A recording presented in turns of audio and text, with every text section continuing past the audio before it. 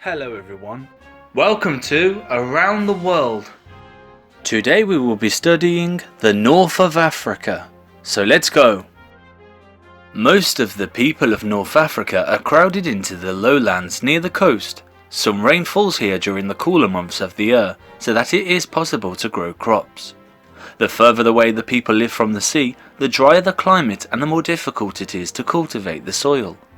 Morocco, Algeria and Tunisia used to belong to France. Although Morocco and Tunisia are no longer French, thousands of Frenchmen still live in these countries and in Algeria.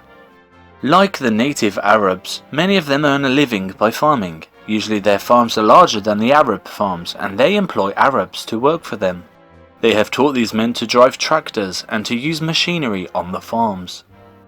An Arab farmer perhaps has a camel to pull his plough, and he sows and harvests his crops by hand. The French farmer obtains about twice as much as the Arab from each acre of land.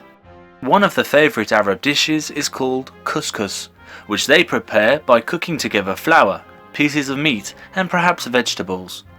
Like all Muslims, they look upon pigs as unclean and would never keep these animals. However, they have large numbers of sheep, and the meat that they eat is generally mutton. Along the Atlantic coast of Morocco, many of the men work as fishermen. Some of the fish that they land is dried before being sold, while the sardines are canned at several small fishing ports. Not far from the coast rises suddenly to the Atlas Mountains, which are covered with snow in the winter. In the hot dry summer, Moroccan shepherds bring their sheep and goats to these mountains. Here they can find water and pasture for their animals. Beyond the mountains is the vast desert, the Sahara. Nearly all of the native people of North Africa speak the same language, Arabic, and all of them are Muslims. There are many different tribes in the various regions, however. In the past, these tribes have provided soldiers for the French army, the most picturesque being the horsemen in their flowing Arab robes. In the villages and in the native parts of the cities, the women are usually veiled. Strict Muslims believe that it is wrong for women folk to show their beauty to strangers. They may only remove the veil in their own homes.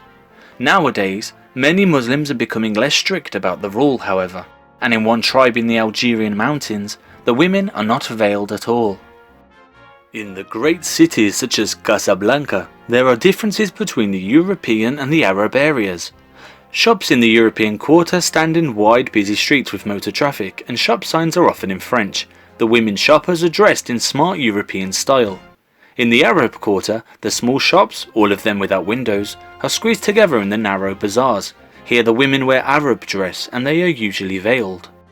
A favourite place for the Arab men to meet is one of the native cafes. They live to sit at the tables drinking strong coffee, talking.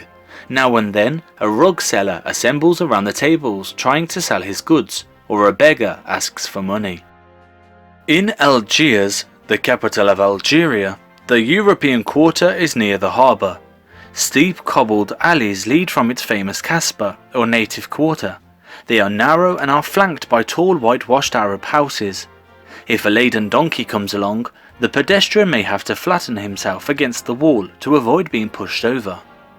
And that is the end of North Africa. Thanks for watching. Please leave a like, then comment your thoughts on the video, then subscribe to our channel to keep up to date with future videos. See you soon.